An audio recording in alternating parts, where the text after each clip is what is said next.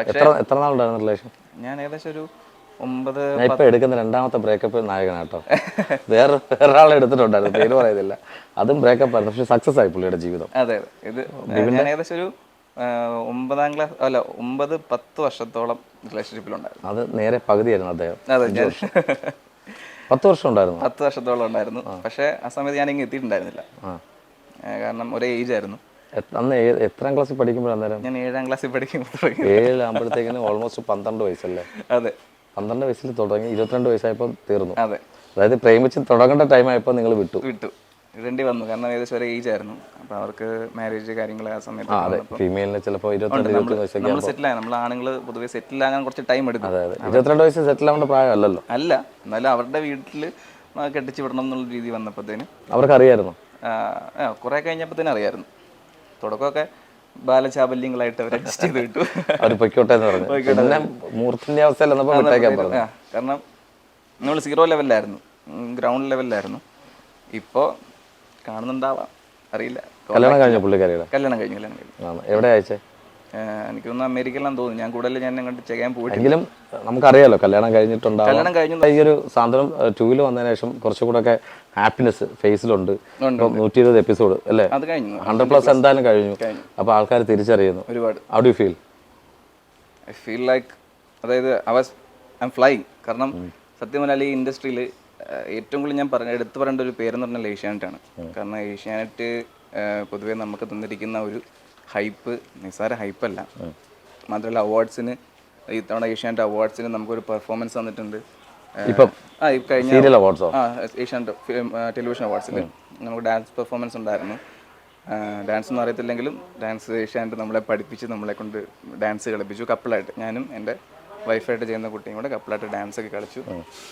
അപ്പോൾ മാത്രമല്ല ഇതിലേക്ക് ഞാൻ എപ്പോഴും പറയാൻ ആഗ്രഹിക്കുന്ന ഒരു കാര്യം, ഇതിലേക്ക് എന്നെ വരാൻ ആദ്യമായിട്ട് എന്നെ വിളിച്ച പ്രൊഡക്ഷൻ കൺട്രോളർ ബിജു കൺപകൽ, പിന്നെ നമ്മുടെ പ്രൊഡ്യൂസർ രമ മാഡം, അതുപോലെ തന്നെ സാറാണെങ്കിലും സത്യം പറഞ്ഞാൽ ഒരുപാട് സ്റ്റാർട്ടിങ് ട്രബിൾസ് ഉണ്ടായിരുന്നു. ഈവൻ ഞാൻ ബാക്കി സീരിയൽസൊക്കെ വർക്ക് ചെയ്തിട്ടുണ്ടെന്ന് പറഞ്ഞാലും സാന്ത്വനത്തിൽ വന്നു കഴിഞ്ഞപ്പോൾ എൻ്റയർലി ഒരു ഡിഫറെൻറ്റ് കൈൻഡ് ഓഫ് മേക്കിംഗ് ആണ് അൻസാർ ഖാൻ സാറിൻ്റെ.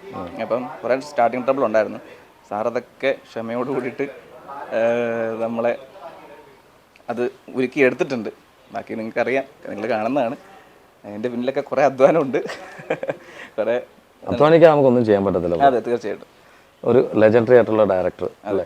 അപ്പോൾ അതുപോലെ ഒരു പ്രൊഡ്യൂസർ നമുക്ക് വേണ്ട എല്ലാ ഫെസിലിറ്റീസും നമുക്ക് തരുന്ന ഒരു പ്രൊഡ്യൂസറാണ്. കാരണം നമ്മളൊരു ഇപ്പം നമ്മുടെ അക്കോമഡേഷൻ ആണെങ്കിൽ പോലും എന്തെങ്കിലും പ്രശ്നം അവിടെ ഉണ്ടെങ്കിൽ അന്നേരം തന്നെ നമ്മൾ കംപ്ലൈൻ്റ് ആയിട്ട് എന്തെങ്കിലും ഒന്ന് പറഞ്ഞു കഴിഞ്ഞാൽ പിറ്റേ ദിവസം തന്നെ അത് സോൾവ് ചെയ്ത് തരും. പ്രൊഡ്യൂസറിൻ്റെ പേര് രമാദേവി, നമ്മുടെ ഗ്രീൻ ടിവിയുടെ രമ മാഡം. അപ്പോൾ തീർച്ചയായിട്ടും അവരുടെ ഒരു ബാനർ ചെയ്യാന്ന് പറഞ്ഞാൽ വലിയൊരു കാര്യം, ബ്ലെസ്സിംഗ് ആയിട്ട് തന്നെ കാണാം. തീർച്ചയായിട്ടും അത് പറയണ്ടല്ലോ, ലെജൻഡറി ആയിട്ടുള്ള കുറേ കാര്യങ്ങൾ ചെയ്തിട്ടുള്ള മാം. നമ്മൾ പ്രൊഡ്യൂസർ എന്ന് പറയുമ്പോഴത്തേക്ക് നമുക്ക് ചേച്ചി എന്ന് വിളിക്കാനാണ് കൂടുതലും തോന്നുന്നത്. കാരണം നമ്മളോട് അത്രയ്ക്ക് പേഴ്സണൽ റിലേഷൻഷിപ്പ് മെയിൻറ്റെയിൻ ചെയ്യുന്നുണ്ട്.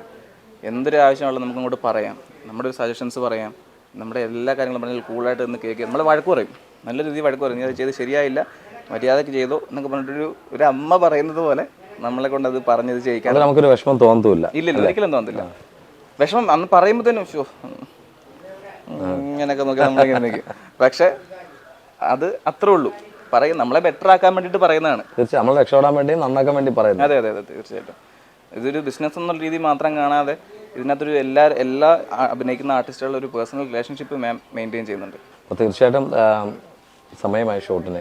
അവിടെ ബാക്കിൽ അസോസിയേറ്റ് ഒക്കെ വന്നിങ്ങനെ വിളിച്ചുകൊണ്ടിരിക്കുകയാണ് സീക്വൻസ് എടുക്കാനായിട്ട്. അതിൻ്റെ ഇടയിൽ നിന്ന് വിളിച്ചു വരുത്തി. അപ്പോൾ കുറേ അധികം ചോദിക്കാനുണ്ട്. നമുക്കൊരു 200 എപ്പിസോഡ്സ് ഒക്കെ ആയിട്ട് വീണ്ടും ഒന്നുകൂടി ഇരിക്കാം. പിന്നെ പ്രേക്ഷകരോട് എന്താ പറയാനുള്ളത്? എല്ലാവരും നിങ്ങളോട് പറയാനുള്ളതെന്ന് വെച്ചാൽ, ഈ മെയിൻലി എനിക്ക് പറയാനുള്ളത് സാന്ത്വനം 2 പറ്റി തന്നെയാണ്. കാരണം നിങ്ങളത് കാണണം. ഒരുപാട് പേര് ഇഷ്ടപ്പെടുന്നുണ്ട്. നമ്മൾ റേറ്റിങ്ങിനെ തന്നെ നമ്മളത് കാണാറുണ്ട്. നിങ്ങളത് കാണുക. നിങ്ങളുടെ അഭിപ്രായങ്ങൾ, ഒരുപാട് പേര് അഭിപ്രായങ്ങൾ പറയുന്നുണ്ട്. അത് നമുക്ക് ഒരുപാട് ഇഷ്ടപ്പെടുന്നുണ്ട്. നല്ലതും മോശമായിട്ടുള്ള ഒരുപാട് അഭിപ്രായങ്ങൾ നിങ്ങൾ ഇൻസ്റ്റാഗ്രാം വഴിയാണെങ്കിലും യൂട്യൂബ് വഴിയാണെങ്കിലും ഫേസ്ബുക്ക് വഴിയാണെങ്കിലും ഒരുപാട് അറിയിക്കുന്നുണ്ട്. അതുപോലെ തന്നെ കണ്ടിന്യൂസ് അറിയിച്ചുകൊണ്ടിരിക്കുക. ഞങ്ങളതനുസരിച്ച് അത് ഞങ്ങൾ അക്സെപ്റ്റ് ചെയ്യാം. പിന്നെ തുടർന്ന് നിങ്ങളുടെ ഈ സ്നേഹം ഞങ്ങളുടെ എല്ലാവരുടെയും കൂടെ ഉണ്ടായിരിക്കണം. തീർച്ചയായിട്ടും തെറ്റും ശരികളും ഒക്കെ കമന്റ്സിലൂടെ പ്രേക്ഷകർ അയക്കട്ടെ. എപ്പിസോഡ്സ് പോട്ടെ, ഇനി നല്ല കഥാപാത്രങ്ങൾ കിട്ടട്ടെ. കണ്ടിന്യൂ. ഓക്കെ, അതുപോലെ തന്നെ കല്യാണം ഞങ്ങളെ അറിയിക്കുക. ഈ ആളാരാ തന്നെ വിളിച്ച് പറയാം. എൻ്റെ സത്യം പറഞ്ഞാൽ ഞാൻ ഈ കരിയറിൽ എത്തുന്ന ഏറ്റവും കൂടുതൽ ആഗ്രഹിച്ചിരുന്ന വ്യക്തി എൻ്റെ എൻ്റെ ഫാദറാണ്. അപ്പോൾ അച്ഛൻ പുറത്താണ്, കുവൈറ്റിലാണ്. സത്യം പറഞ്ഞാൽ ഈ പ്രൊജക്റ്റ് തുടങ്ങി ഇപ്പോൾ ഏഷ്യാനെറ്റിൽ കയറിയതിന് ശേഷം വന്നിട്ടില്ല. ഭയങ്കരമായിട്ട് ഇങ്ങനെ നോക്കിയിരിക്കുകയാണ്. ഇപ്പോൾ എത്ര നാളായി തുടങ്ങിയിട്ട്? ഇപ്പം ഇതിപ്പോൾ നമ്മൾ 7 months, 1 വർഷമാകുമ്പോഴത്തേന് അച്ഛൻ വരും. വരും. അപ്പം അച്ഛൻ ഇങ്ങനെ എല്ലാ എപ്പിസോഡുകളും ഇങ്ങനെ കണ്ടിട്ട് ഇങ്ങനെ പറഞ്ഞു. മാത്രമല്ല പുറത്ത് പോകുമ്പോൾ ആൾക്കാർ നമുക്ക് തരുന്ന റെസ്പോൺസ് കണ്ടിട്ട് ഇങ്ങനെ പറയാറുണ്ട്, ഓ ഞാനിവിടെ കൂടെ ഉണ്ടായിരുന്നെങ്കിൽ. ആൾക്കാർ കൂടി നമ്മുടെ അടുത്ത് വരിക, സെൽഫി എടുക്കുക. ഭയങ്കര സന്തോഷമല്ലേ? അച്ഛൻ ആഗ്രഹിച്ചൊരു ഫീൽഡാണിത്. കാരണം പുള്ളി ഇച്ചിരി അഭിനയ ക്രേസുള്ള ഒരു മനുഷ്യനായിരുന്നു. അപ്പോൾ പുള്ളി ആഗ്രഹിച്ചൊരു മേഖലയാണ്. സ്റ്റിൽ ഇപ്പോഴും ആഗ്രഹമുണ്ട്. ഒരു അഭിനയമോഹം നമുക്ക് കയറി കഴിഞ്ഞത് പോകല്ല. അപ്പോൾ അതുപോലെ ആഗ്രഹിക്കുന്ന ഒരു വ്യക്തിയാണ്. അപ്പം അതിൻ്റെ പേരിൽ ഒരുപാട് പ്രശ്നങ്ങളും നേരിട്ടിട്ടുണ്ട് പണ്ട് ചെറുപ്പത്തിലൊക്കെ. ഇപ്പം ഞങ്ങളുടെ റിലേറ്റീവ്സ് ആണെങ്കിലും നമ്മുടെ നാട്ടുകാരാണെങ്കിലും ഒക്കെ പറയാറുണ്ട്, പുള്ളി വയസ്സാകൊണ്ട് കുറെ തുലച്ചു, അങ്ങനെ കുറെ തുലച്ചു ഒരു പേരുണ്ടായിരുന്നു. പക്ഷേ അത് ദൈവം അനുഗ്രഹിച്ച് അത് ഇപ്പം അമ്മയാണെങ്കിലും പറയും, അച്ഛനാണെങ്കിലും പറയും, ഞങ്ങളുടെ ചില റിലേറ്റീവ് ക്ലോസ് ആയിട്ട് നിൽക്കുന്ന റിലേറ്റീവ്സ് ആണെങ്കിലും പറയും, അവനിലൂടെ അത് സാധിച്ചെടുത്തു പുള്ളി എന്ന് പറയും. അതെനിക്കൊരു ഭയങ്കര ഒരു അനുഗ്രഹമാണ്. ഞാനൊരു പ്രൗഡ് മൊമെൻ്റ് ആണത്. എൻ്റെ അപ്പൻ്റെ പേര് ഞാൻ കാരണം അത് തിരിച്ചെടുത്തു എന്നുള്ളൊരു പ്രൗഡ് മൊമെൻ്റ്. വിപിനിലൂടെ അച്ഛനോട് അറിയട്ടെ.